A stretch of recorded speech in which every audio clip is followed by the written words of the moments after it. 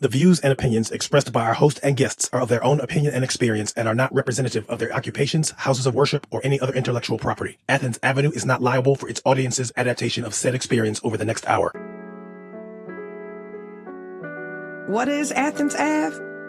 Athens Ave is a hangout where the body of Christ can come and wrestle with our witness in the world that is becoming increasingly intolerant to our presence, to our position, and most of all, the praise to our God.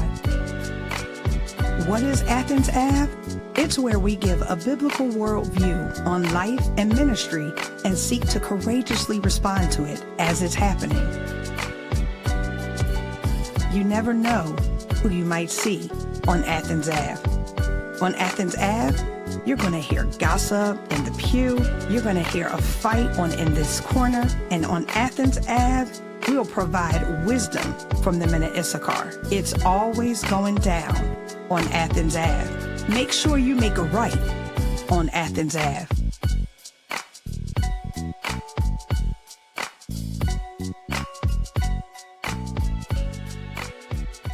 Good morning. Good morning. Really? Yes. How are you? What time zone are you in? Listen, I'm having a long week, okay? But how are you? I'm good. I'm good. You a little good? tired. You don't seem Yeah. excited today. A little tired. You're a been a little long- tired too. It's been a long week already. It's been a Absolutely. long week already. I probably added to your stress this week. So, hey, I apologize. But listen, we are going to do one thing that I absolutely love to do. And we're going to go to my new favorite segment. We're just going to get episode 9 popping. Can we do that? I've got something to tell you. I've got some news in the pew. In the pew. We need to clear up a major misunderstanding that's gone viral on social media. On Sunday, Pastor Marvin Winans hosted a day of giving. Members of Perfecting Church were asked to donate $1,000 and raise another $1,000 to help finish the new sanctuary in Detroit and support their community programs. Pastor Winans asked those giving $2,000 or more to come to the front of the church first, with others following, from the largest donors to those donating as little as $1.62. But one member, Roberta McCoy, went viral after someone posted video of her coming to the front with less than $2,000, claiming she was rebuked by Pastor Winans. I spoke exclusively with both Pastor Winans and Roberta McCoy, who says she's been attacked online since that video began spreading. You're the woman in that viral video. Right. He did not rebuke you. He absolutely did not rebuke me. Now, there's a difference. There was a correction, because let me clearly state that Pastor gave instruction on the lines to get into. I was calling because the whole church was giving, and it was our day of giving, and the whole church was coming, and we didn't want people standing, the mothers and all that, so I was calling them by increments. And we had someone that had given out of before, and I corrected it, and I told everybody to listen and come when you call, and that's all that was. Roberta told me Pastor Winans personally apologized to her. She's been a member of Perfecting Church since 2013 and has given faithfully over the years and will continue to do so. She's going to continue to do so. So sometimes we get asked, what happened, guys? What happened after that video you showed? This is look, we're talking about real time here on Athens Avenue, okay? Literally one episode last week, you get the follow up this week. You said this what happened? This is what happened. What had happened was I had asked for a specific line. She came in the wrong line. What say the three of you? Because my opinion does not change. He's out of order. What do you say?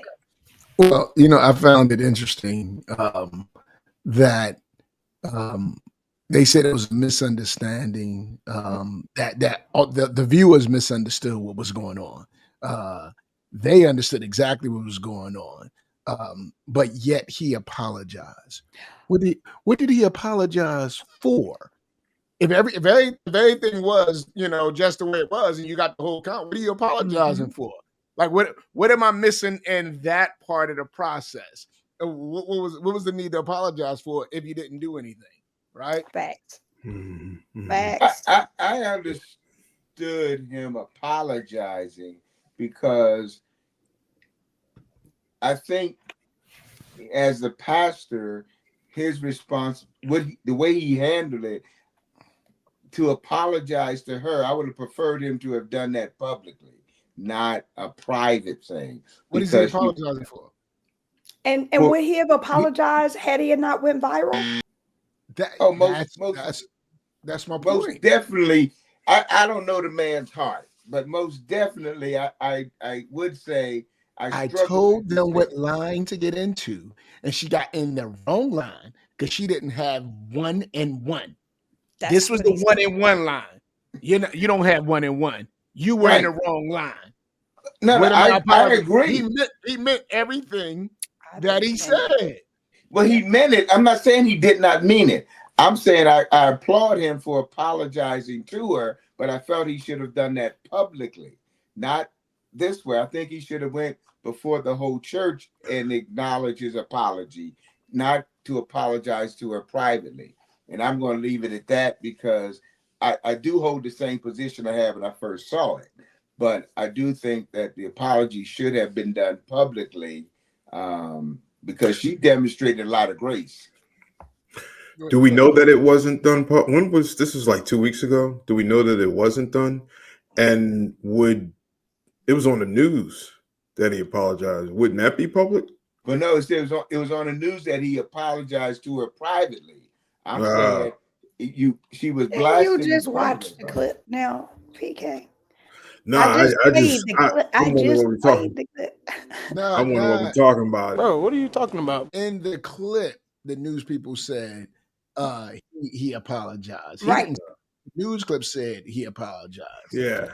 But he apologized to her after he went viral.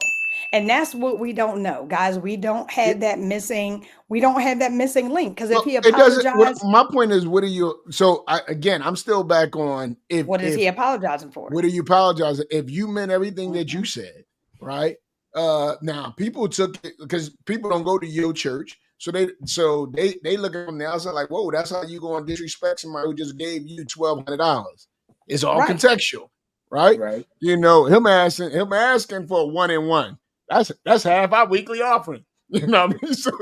So my man, he getting left for one person, So I just thought that was like boom, you know what I mean? But again, I don't change. I mean, as I said last week, I had PTSD looking at that video for the first time. You know what I mean? Looking at that and looking at the embarrassment and looking at that kid and thinking about the lines. And again, having those lines that when you come up, you announce what you give. Why do everybody got to know what I give? Right. Is that not between me and the Lord? Why you got to separate us on you? You can't get in the 1 and 1 line. You get in the 1,000 line and the 200. You in the 1,000 and 200 line. Like that whole thing. You know what I mean? What is that? You know what I mean? I don't like the whole thing. So he can't say nothing, for me to say, oh yeah, I give him a pass on anything. I think he better go back. Once you put those lines up, I think you telling him to go back to sing and leave this part to somebody. Well, Thank you for visiting Great Commission Church. We are a church that loves God and loves people. We are informal because we consider one another family. And family cares about one another, and it's our desire to help build up the men, the women, and the children that God sends us. We also value community, and therefore we dedicate ourselves and our service to helping those in need. We invite you to come as you are and begin a new journey of growth and spiritual maturity, of discovering your purpose and walking in your calling. I'm Pastor Anderson, and I look forward to meeting you in person. This is actually my favorite segment because my favorite co-host is in this segment. So, it's In this corner.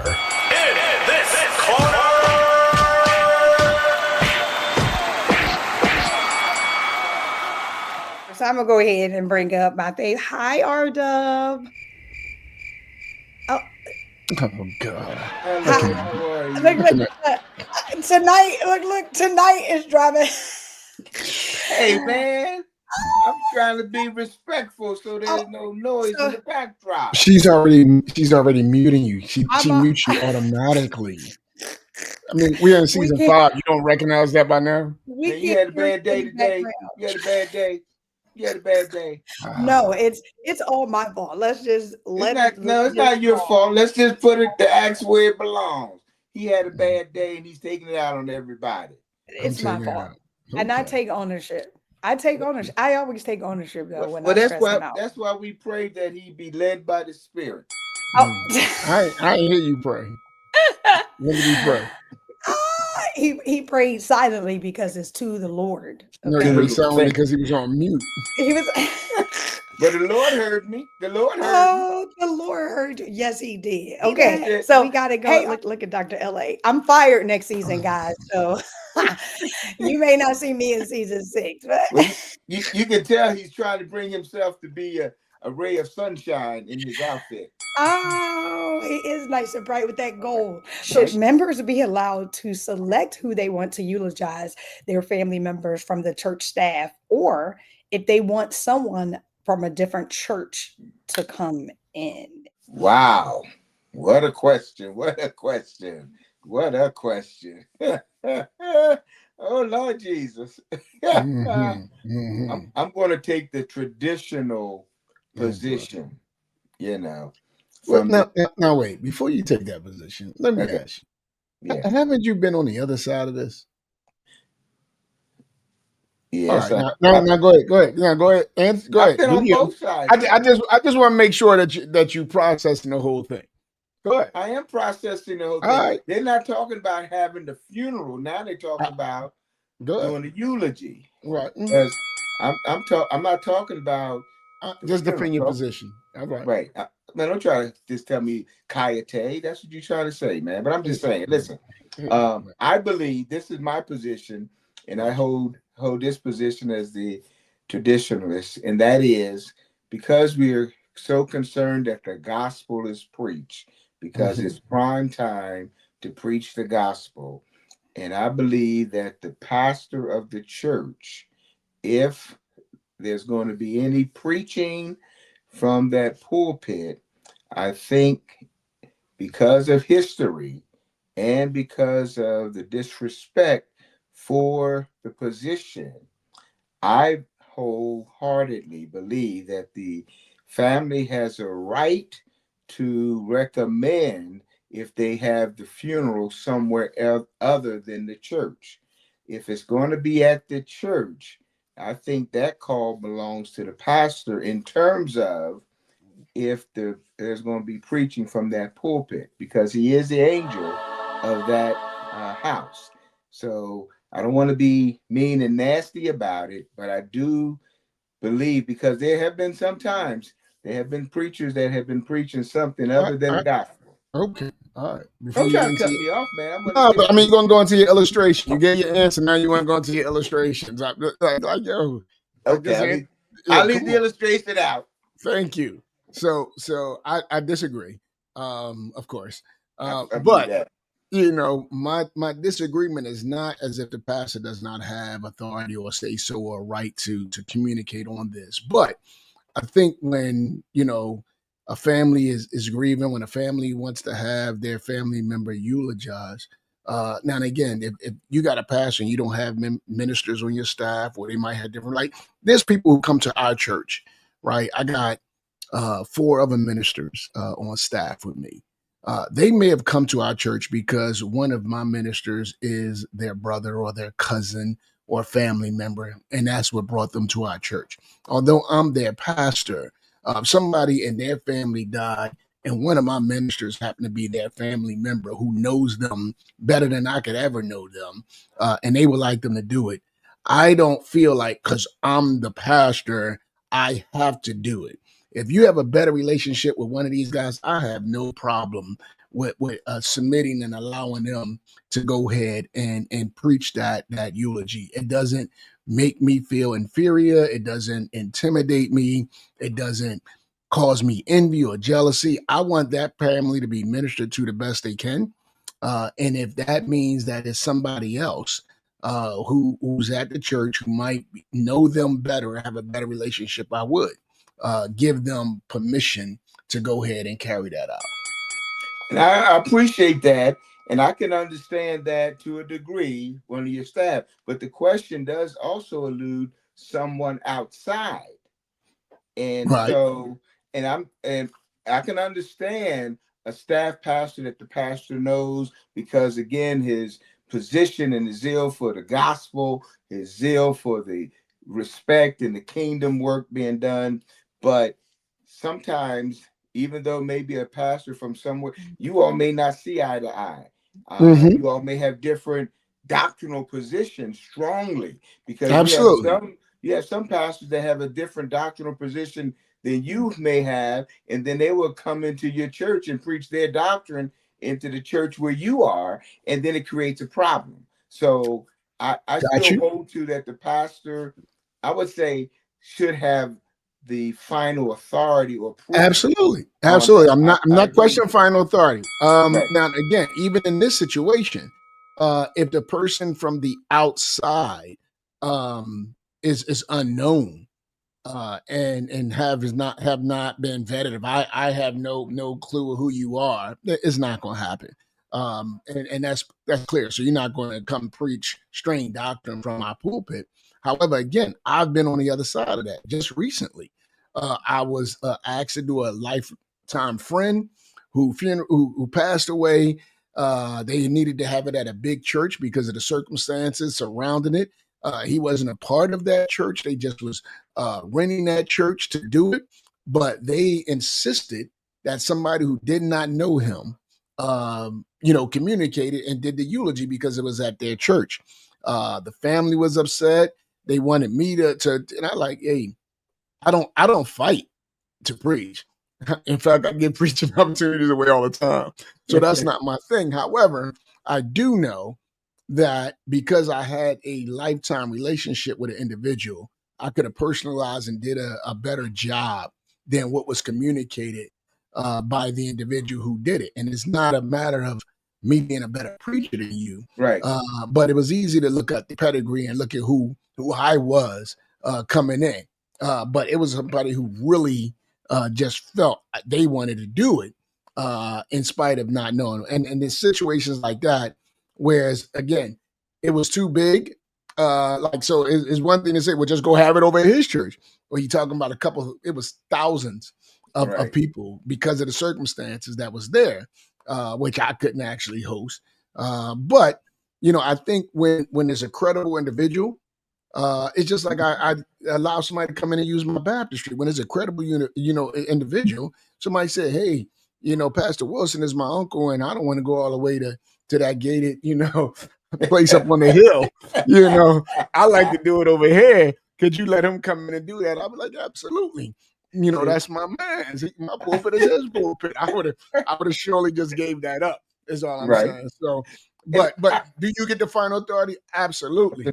But I think in those situations, there should be a greater sensitivity to the family and their needs as opposed to someone's ego. My goodness, that was good, guys. You were actually nice for episode 9. Yes, Divine 9. Come on now, PK. What say ye? I mean, I didn't see any boxing gloves on. They were actually. It wasn't. They were having a conversation. Yeah. No, they was having a convo. That was men of Issachar. You said we got it confused. I think it's Sone. I think it's they think we're dog and pony show up here. If we agree, we agree. We disagree, we disagree. Now, guys. No, and I think they both said it's important to be sensitive to the family, and that's key. I mean, it's a family that's mourning. The only thing I would add to it, and I thought it was wisdom there. I think whatever church, whatever policy you have, put it in writing and have it established well before, as soon as possible, before someone. It's nothing like going back and forth on stuff at the point of somebody needing a funeral. Bereavement. Yeah. It needs to be established, a policy agreed upon. I think one of the things we learned was that someone other than the pastors need to be communicating what the policy is. Okay, you was backstage minute Issachar in it. I mean, you know, that was I thought he was gonna be in and out. He said, and another 4 things I have to tell y'all. I'm about to say he sure did go. Didn't he? He sound like one of them seasoned traditional roles. He got some experience with this right here. Yeah. Oh my It sounded personal. It did. No, it's you see the people get different. And no, it's a sensitive time. It's a sensitive time. Yeah, it could get messy. Oh my gosh. Well, this is my next favorite segment. So, you know, we're just gonna go ahead and rock out. Hey PK again. Hola. So really quick. I heard all Christians have a call on their lives, but how do they figure out what that calling is? Men of Issachar.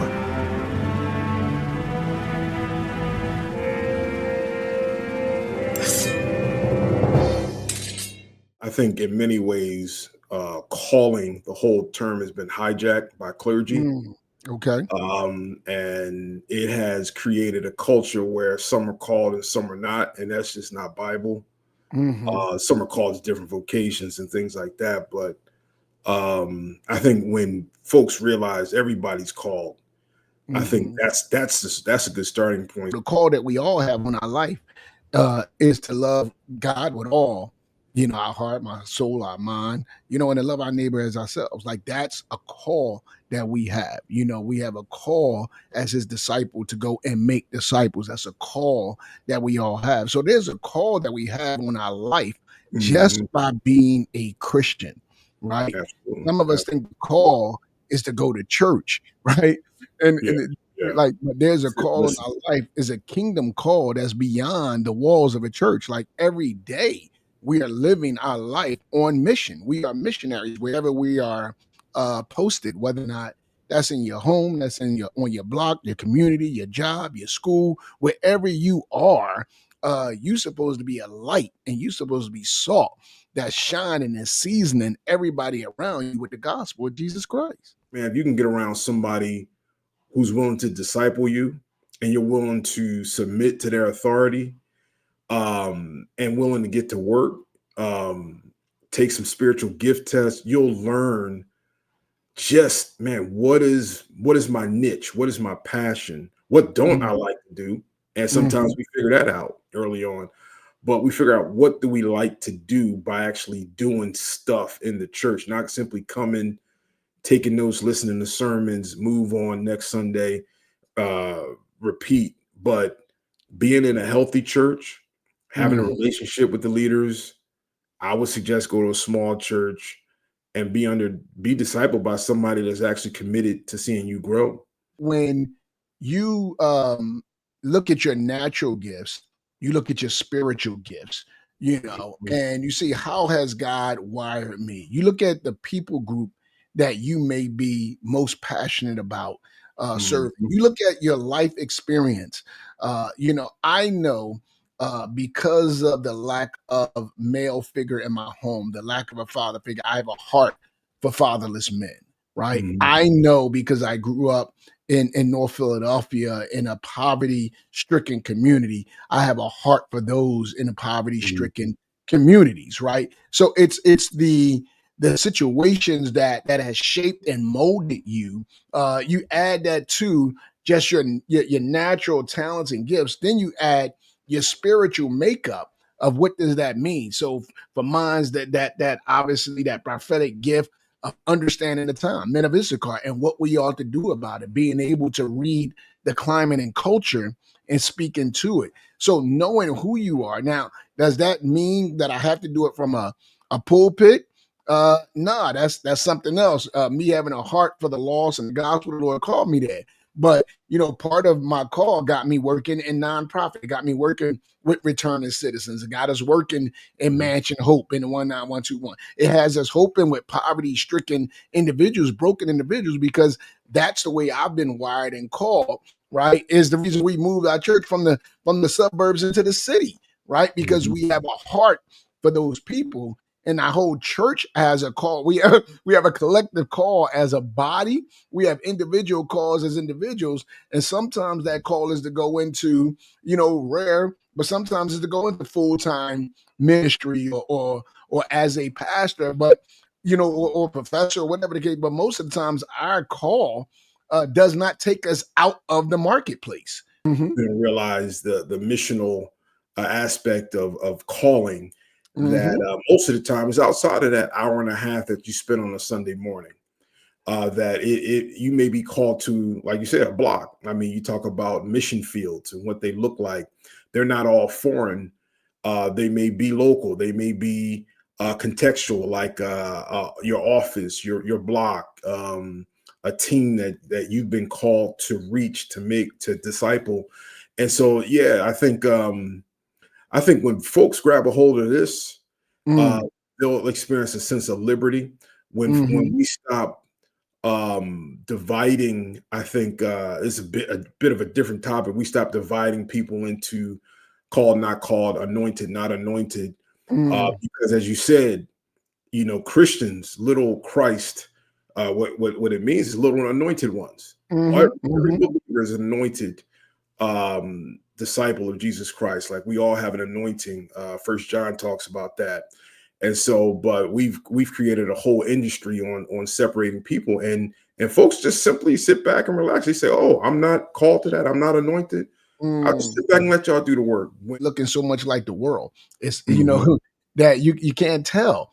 Is that person a believer? Is they not a believer? Like you can't tell from the outside of the cup. It's the inside of the cup of who we are that has to come out, that has to shine, right? And we got to stop being silent observers, because you know what I mean. We have to be active in our calling.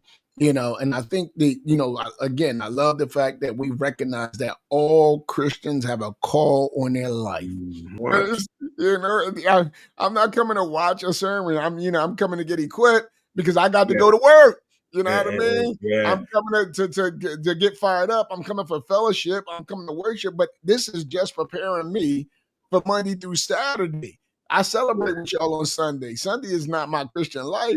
Right? That's just a celebration. That's just a pep rally. Man, if you can get somebody early on in their Christian walk to understand calling and mission, I think it's an advantage for us. It's an advantage for the church, and it's an advantage for the kingdom. And who knows where the Lord's going to take these people? And you don't have to be super seasoned to be about kingdom work. You don't have to be in this thing 5, 6, 7 years to do that. You can get busy doing kingdom work right away, early on, because those are the people that have the most zeal. You're always one step further than somebody else. Yeah, absolutely. That's the reality. You're always one step further than somebody else. Absolutely. So there's always somebody that you could be doing ministry. Yeah, you can serve. Yeah, absolutely. Well, I really enjoyed the conversation. That was good. It really Good was. reminder.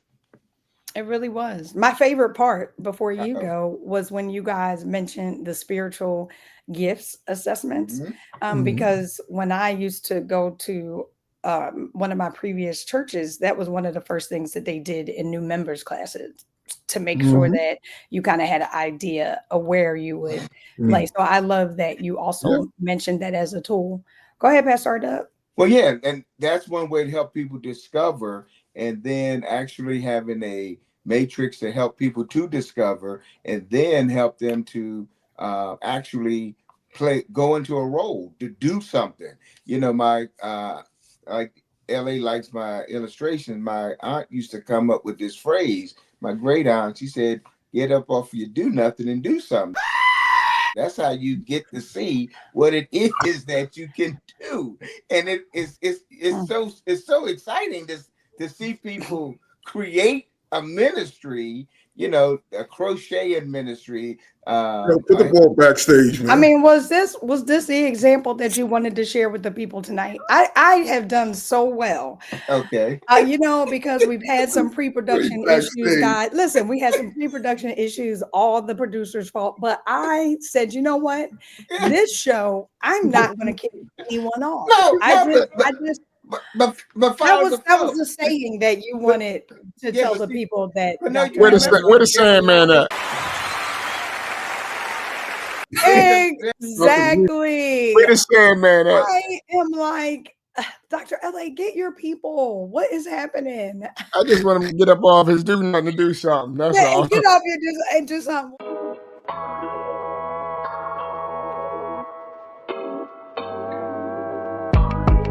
I've revealed some things and shared some things in us and really some blind spots that we have when it comes to covering our life and ministry.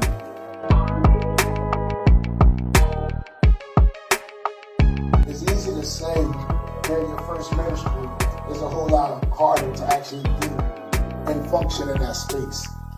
I don't think you can lead a healthy church if you don't have a healthy marriage and a healthy home.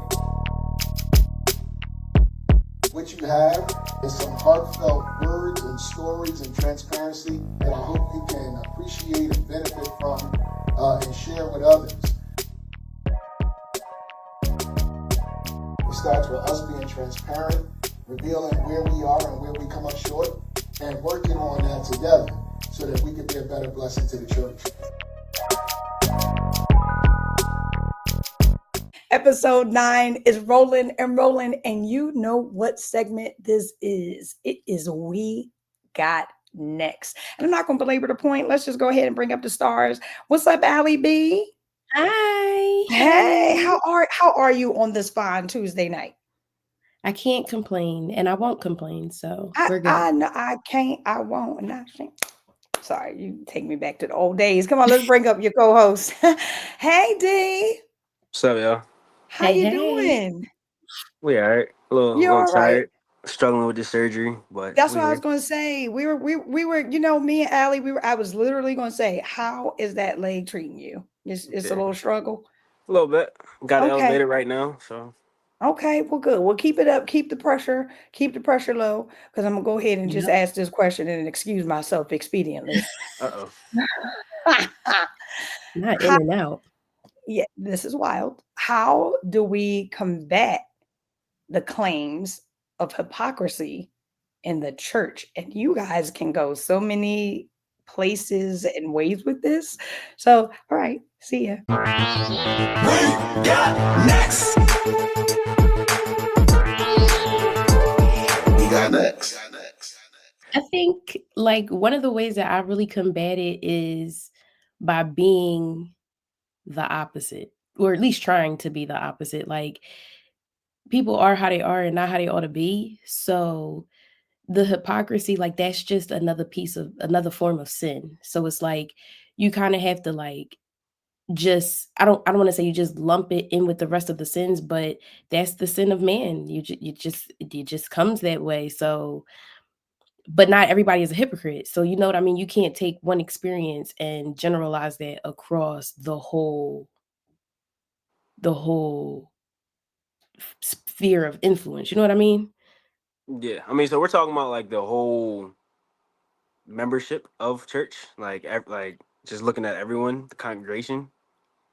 Anyone. I mean, think of all the claims of hypocrisy that there is, like even all the way down to the whole money situation, right? Like when you're giving, like if you give, people think that you just give your money and then the pastor just takes it. So when they, the whole collection plate thing. So I feel like that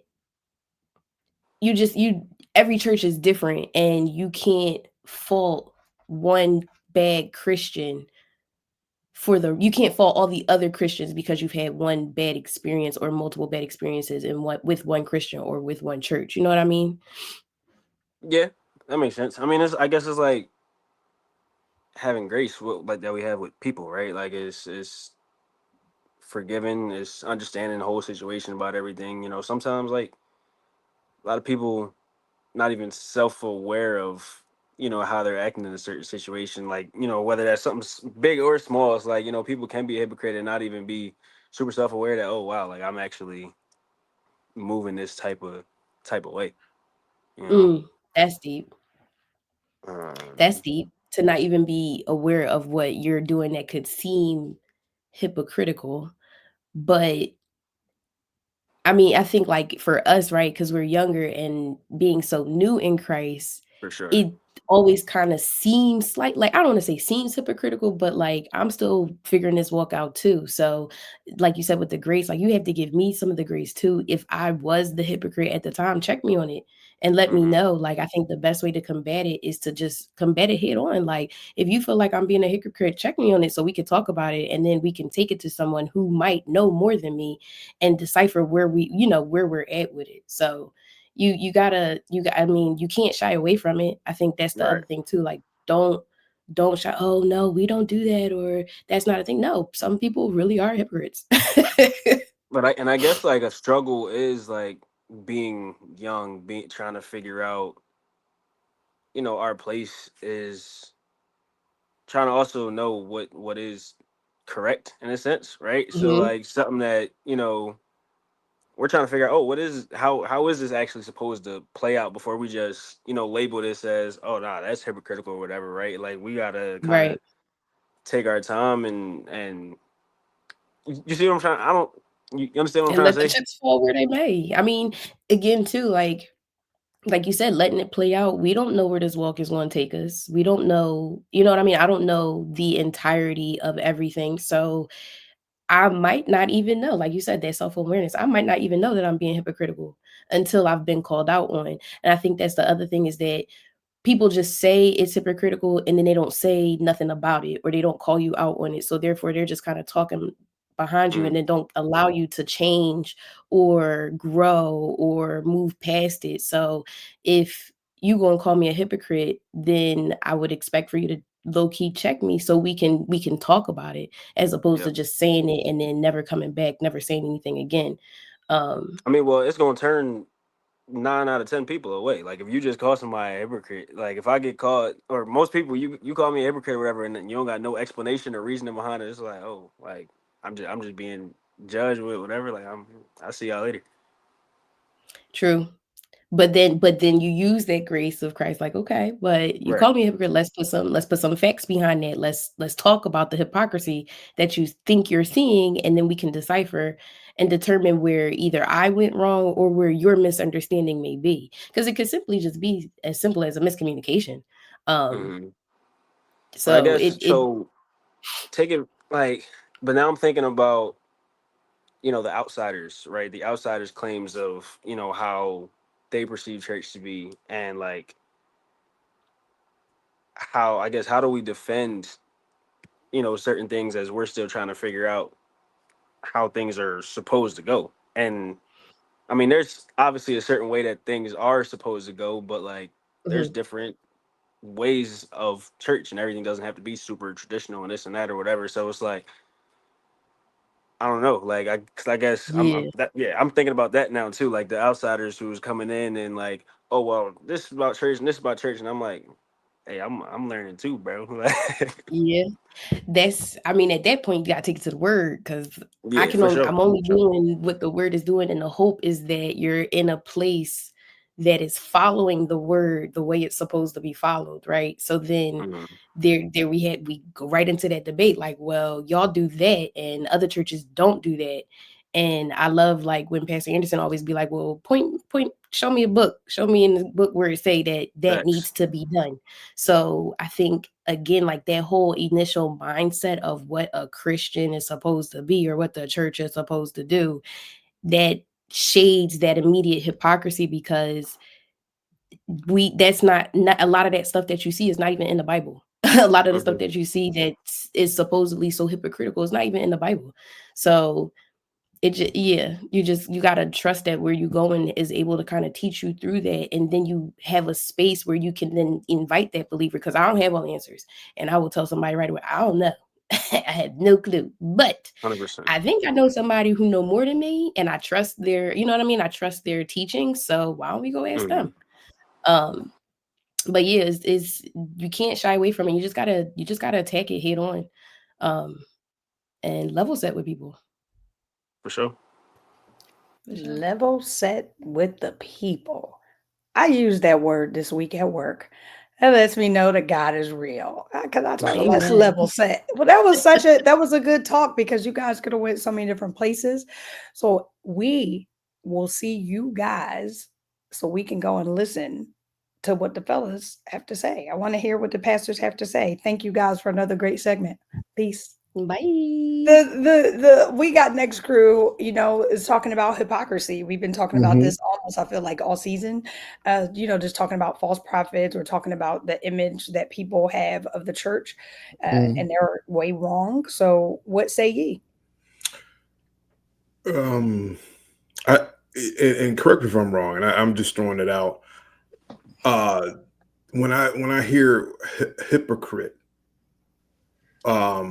as someone who says something, claims a moral standard, but their behavior doesn't match with their claim. And I think there's a difference between hypocrisy and a growing Christian, a baby Mhm. that's growing up. Mhm. Mhm. And they seem to kind of like a baby. There's a reasoning and there's grace behind growing up, which is different. I mean, there's some mercy for someone growing up, but hypocrisy is the claim of a Mhm. moral standard, almost a brag, a pharisaical stance, but their lifestyle is totally different. It doesn't match with that. And just hearing Alex and D, they seem to be really humble and talking more about growing up in Christ Mhm. and less about, like, I didn't see anything that was hypocritical. Like they seemed to really genuinely grasp that. I thought it was an encouraging. I didn't realize how old I was. I had to break out a lexicon. Low key check me. Look, Mhm. Fall out on it. So I'm gonna be using that, but it was. I thought they had great perspective. Yeah, it's just you could see I sensed in them the desire to grow and the acknowledgement of what growth is and the receptivity that if someone were to come to them and say something that they would receive it well. I don't know, I just wanted to just point that out. I don't know if they're listening or what, but yeah, it seemed to be a conversation around growing up in Christ. Yeah, Doug, you got something? I agree because it's usually people accusing people of being hypocrites are probably hypocrites themselves because everybody's always making this statement. There's nothing but hypocrites in the church. Mhm. There's hypocrites at every walk of life, in every arena. It's not like people intentionally, there are some that are intentional hypocrites, but everybody is not trying to be a hypocrite. I think one is an element of growth and maturity, and I think that needs to be understood.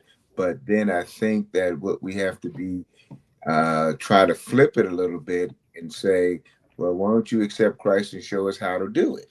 Because Oh my. usually, Oh, All right. Yeah, before well, you go in your first Dub. no, I'm just saying this is because So accusing people of hypocrisy is a strong claim. let's I be feel clear. like I have to remove you on the We Got Next No, segment. Come No, on, Pastor please. you LA. said, Come how on, do we combat Pastor the LA. claims? Close this Let's out. be clear. All I right. think first, hypocrite, the two-faced individual, the one who claimed one thing and demonstrate another, Nothing, right? is real. Not Mhm. like so. So let's not act like there are no hypocrites. Right. Those who act one way in church, like they holier than thou, that saying, Mhm. and then they can't get 2 feet out the church before they might be cussing somebody out, You're right. who's in their way in the parking lot, right? And Mhm. so, what happened to loving God and loving your neighbor as yourself? Like you come out and boom. So you got some people who are actually hypocrites, but then it's whether or not I don't think that it's hard for non-believers to have credibility in this area. I think for believers calling out other believers on hypocrite, that's called That's different. accountability, Right. you know. Mhm. But I think the standard. So when I hear unbelievers say, "Oh, that Christian is a hypocrite," and you're an unbeliever, you're holding me to a standard of Jesus. Normally, is an unrealistic expectation that you're holding of a Christian because you don't realize that a Christian is in a walk of sanctification, right? So that's when we're talking about the growth in the baby. So if I'm an unbeliever and I'm just going to judge this person because I think they're supposed to be little Jesuses because they go to that church, well, I could have started going to church a minute ago. I'm not at my little Jesus place yet, right? And we don't get perfected until we get the glory, right? So we're always in that process. And so for unbeliever, their expectations are unrealistic. So that's why they call you all hypocrites, because anything they see you do as a human, they think is hypocrisy because you're supposed to be little gods. But I think the truth is, if we, walk it like we talked it, and we held people accountable of that actual behavior, you know what I mean? Then we would be dispelling that myth and fighting against that hypocrisy. But I think there's a learning.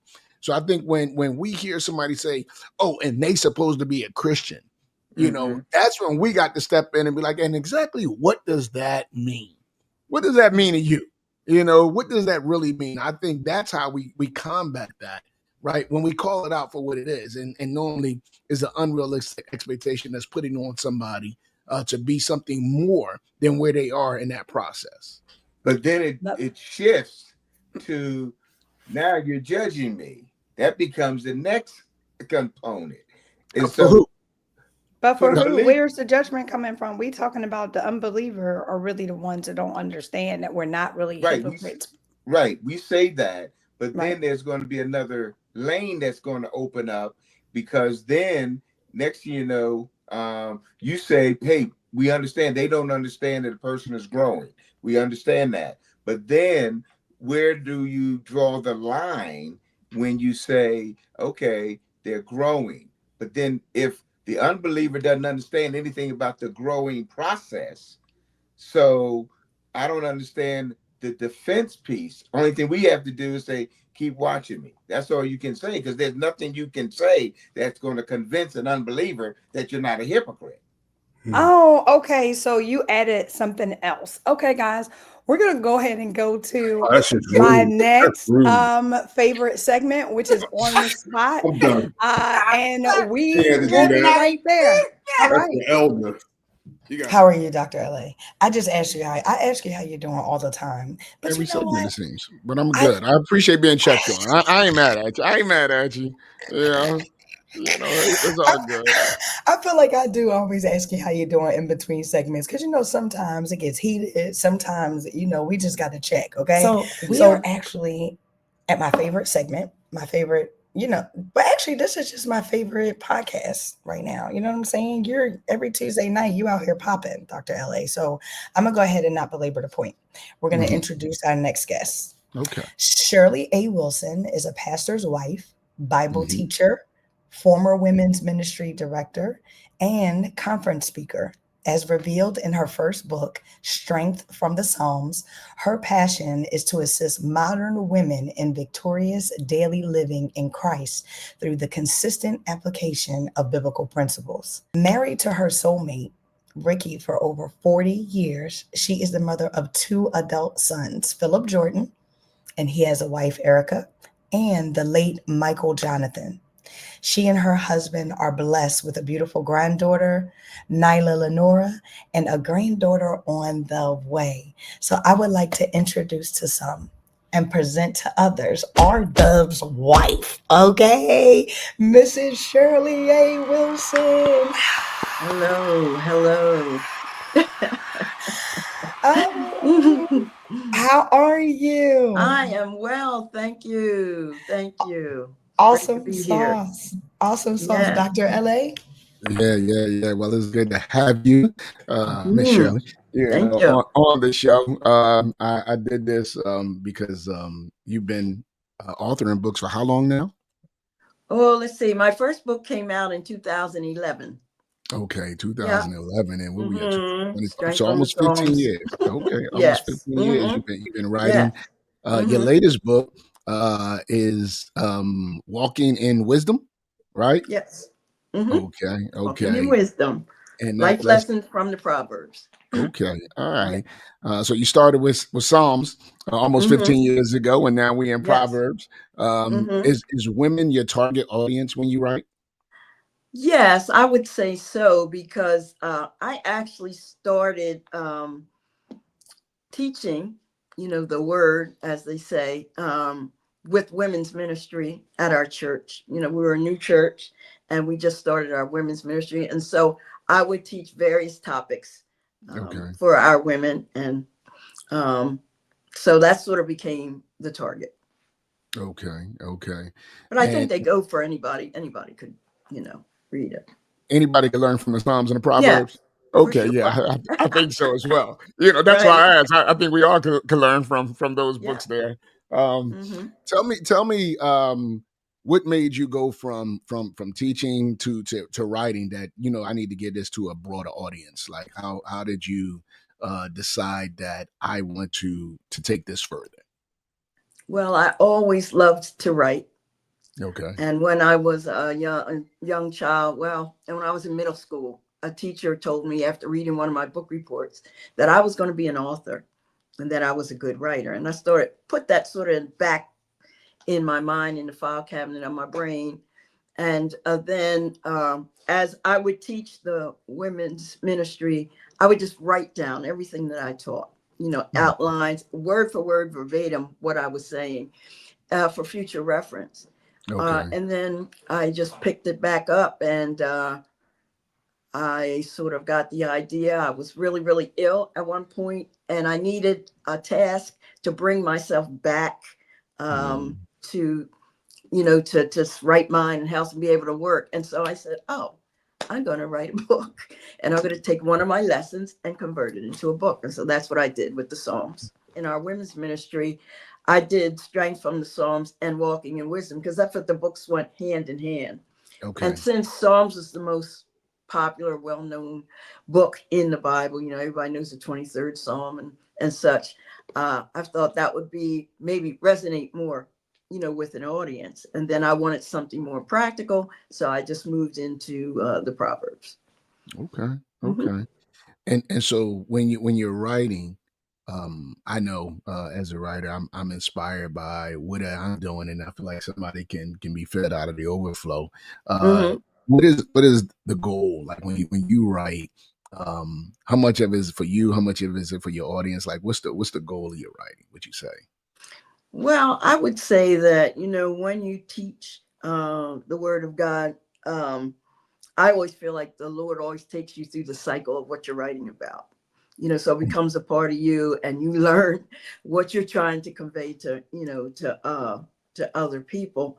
And so I think about myself as a woman and whatever the topic is that I'm teaching or writing about, and what would I need to know that would help strengthen me and encourage me. And that's sort of how I. So would you say your role as a mother, as a wife, as a pastor's wife, as a teacher, that do you think that how does your everyday life you think pour into or Oh, fun right? definitely a lot. Because first of all, I just look at myself as just a regular old woman, and if I was a woman, which I am, and I'm on my journey, trying to live for God, just trying to make it, trying to stay balanced, trying to do all the things that women do as wife, mother, working a job, and I look at it from that perspective, and however it impacts me where I am. I know other women, if I'm going through it, I know other women are going through it or have that same perspective. Right. So that's, yeah. So when I think about like the Psalms, Mm-hmm. and the need to develop a prayer life, and when I think of Proverbs, I think about the need to walk out life in a way with biblical Yes. wisdom. And so when you were specifically those two, when you were doing those, do you think that it provides those pathways, those on ramps for folks to watch as an individual or as a group? Do you think it'd be used in those kind of ways to move forward in those areas of praying or walking in wisdom? For sure. When I wrote the Psalms, I looked at it more as individual because so many of the Psalms are sort of inspirational, encourage a person, and I dealt with different topics there. So I looked at it almost as if what would be an encouraging, almost devotional, but lengthy. Okay. More lengthy, and for the Psalms. And then when I did Walking with Wisdom, I changed up a little bit because I thought, wow, I could probably do this to where it could be used as an individual devotional, or a woman just trying to, have her quiet time with the Lord and go through each chapter that way. So I included, prayer tips and, some questions that could be used as a group. So Okay. people can use it either way, individually or as a group. Yeah, so when I looked at both of them, the format, because there was a change in format, and that's why I was asking it, because it seemed like that second one could be a small group that could kind of walk through that together, Exactly, and get that process. I know, I'm in the corner with your husband every week, and we have a lot of fun in our battles. But you've been waiting for 40 years. So I want to know how you do it, because it's hard for me once a week. So let me know. I need to switch gears for a second. How you stay married to R-Dub for 40 years? Tell me how that worked for you. Oh, let me tell you, it's been an adventure. Well, I just realized a long time ago that he is who he is. I'm not here to change him or develop him in any way. And I just take all the positives, and there are a lot of positives. I mean, he's one of the most consistent people I know. He's the same all the time. I don't have to worry about him changing up on me or what kind of mood is he going to be in. He's consistent, and I know that he's spirit led, and he's funny, So, I just prayer and faith and a lot of zip in my lip. I know. I'm inspired by R-Dub. I'm gonna tell you, I know you've had many health challenges over the years, and I see him as such a sign of consistency, of love, as a caregiver for life.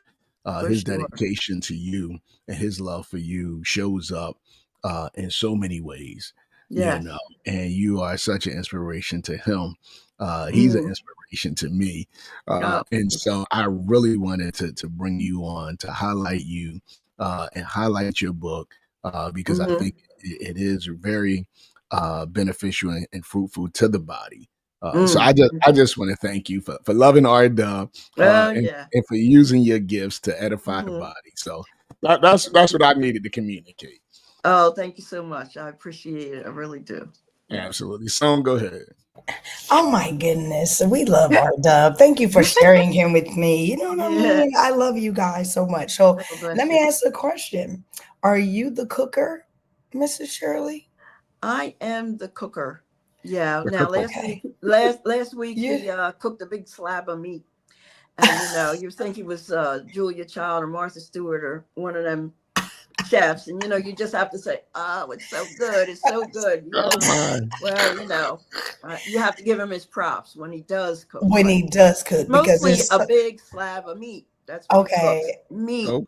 Okay. And no sides. He just makes he'll boil some he'll bake a potato or boil some corn. He'll do that. Okay. But let me just go on record saying he don't clean up the kitchen. Okay. Still got dishes out there. And I'm That's keeping this in there too. Don't yeah. even worry about it. We're gonna keep it in there. Well, let me ask you another question, Miss Shirley. I actually am asking a semi-serious question on my fun thing. I wanted No. to first of all say thank you for you and your husband's example. I do know you Oh, put in bless. your bio Mhm. that you did lose a child, and Yes. oftentimes that is not oftentimes, it's always difficult to have to Mhm. bury your child. And Yes. what are some of the things, just like encouragement, that you actually do, or you guys have, a routine that could possibly help someone else in our audience that have lost a child? Well, one thing that we do is that we want to be open about our grief, open and honest about our grief. The night that we got the news, we're down on our knees, we're crying together. And we vowed that we would not hide our grief, and that we give each other permission to grieve at any time. We call them Michael moments. When a memory comes across your mind, or you think about that, and then we have permission to talk about that, to be down in the dumps, to be whatever, a joyful memory, whatever it is. And then a lot of prayer, and a lot of reminiscing with family. We just don't avoid it, we I love don't that. avoid it. Mm-hmm. It's very encouraging to me, because for the longest time, as I was getting to know you guys, I didn't know Mm-hmm. that you lost him because of the Oh. way that you talk about him. And I was like, oh, and so that is like very refreshing and uplifting. Thank you. And then Mm-hmm. I have to ask you, because I ask everyone, what's your Mm-hmm. favorite color? My favorite color is actually red, but I'm starting to like purple, so I'm sort of Oh, between red and All right, purple. that's good. I like that one. Oh, I don't know yeah, how you're you can lucky like red guy. and purple, but it's all good. It's all Yeah. good. I was going to say red and purple actually are Yeah. Hey, man. perfect. Yeah, so that is good. Well, listen, Yeah. Mrs. Shirley, you are always inspiring, and I thank you Thank you. for again lending our dub to us. But you're just as Mm-hmm. funny too, so maybe we need to bring you. Maybe we need to Mm-hmm, bring mm-hmm. you on the corner so you can debate with Dr. Hey, LA. I like the Well, debate. Oh, she can debate. I've heard her Yeah. debate before. Yeah. uh, Mhm. That's where we can get his skills up at. You know, Ah. that's yes. what I'm getting Oh, from. she Yeah, be getting him the practice. yeah, Okay, gotcha. absolutely. So what we're going to do now is what you already know, because you've been with us for 5 seasons. We're going to go ahead and remove ourselves. We're going to really put you on the spot so you can encourage our audience, continue to encourage our audience for about 10 to 15 seconds. But thank you for coming, and we love you. Okay, thank you so much. All right. Likewise. Hello, everyone. Thank you so much for joining us today. I just want to encourage you all from the title of my book, Walking in Wisdom. That is that God has provided us with a handbook for successful living. And we don't have to guess and worry and wonder about which way to go and what to do. We can take the advice, the script given to us in Proverbs, and map our lives according to that. Most of all, guarding our heart and trusting in the Lord with all of our heart, not leaning to our own understanding, but doing things God's way. And I guarantee you, ladies, that you will be blessed when you walk and listen to the life lessons from the Proverbs. We are back. How are you, Dr. LA? Mm-hmm. You Fine. good? Okay. Mm-hmm. On the spot was great. We're gonna go ahead and bring up the fellas. Yeah. Tonight was a night, guys. It Yeah. was a night. Yeah. Pre-production, post-production, and during production, it was a night. But Yeah. we made it through, and we Made thank it. you for staying with us. And you know what, Pastor R Dub, last week, thank you for the shout out for the partners. Wanted to, you know what I mean? That was so nice of you doing that. So, Dr. LA, who's gonna go up next? You are. I knew that he was going to do that. He's like, you have caused me so much headache this evening. You have to close us out. And since I'm a professional, I shall. Guys, it's been a pleasure. Episode 9 is definitely one for this season's books. And we are so happy that you stayed. But my only request, and you see me all in the chat, is for you to like this episode. Yes, like the episode. Share it. And also, scribble. now, is he closing or am I closing, guys? I mean, you know what I'm saying? This is what I was giving you support. not Look at enough. that. It's I was not. But you hyping were you up. saying it before. I said, "Oh, hype me up, hype me up." Okay, sorry. But no, you were saying it before I even got it out. I love us. This is what we do. But yes, do all of the things that Pastor LA had said. Please do it right. We're gonna wait for 1 second. Thank y'all. We'll see y'all next week. Peace. Peace.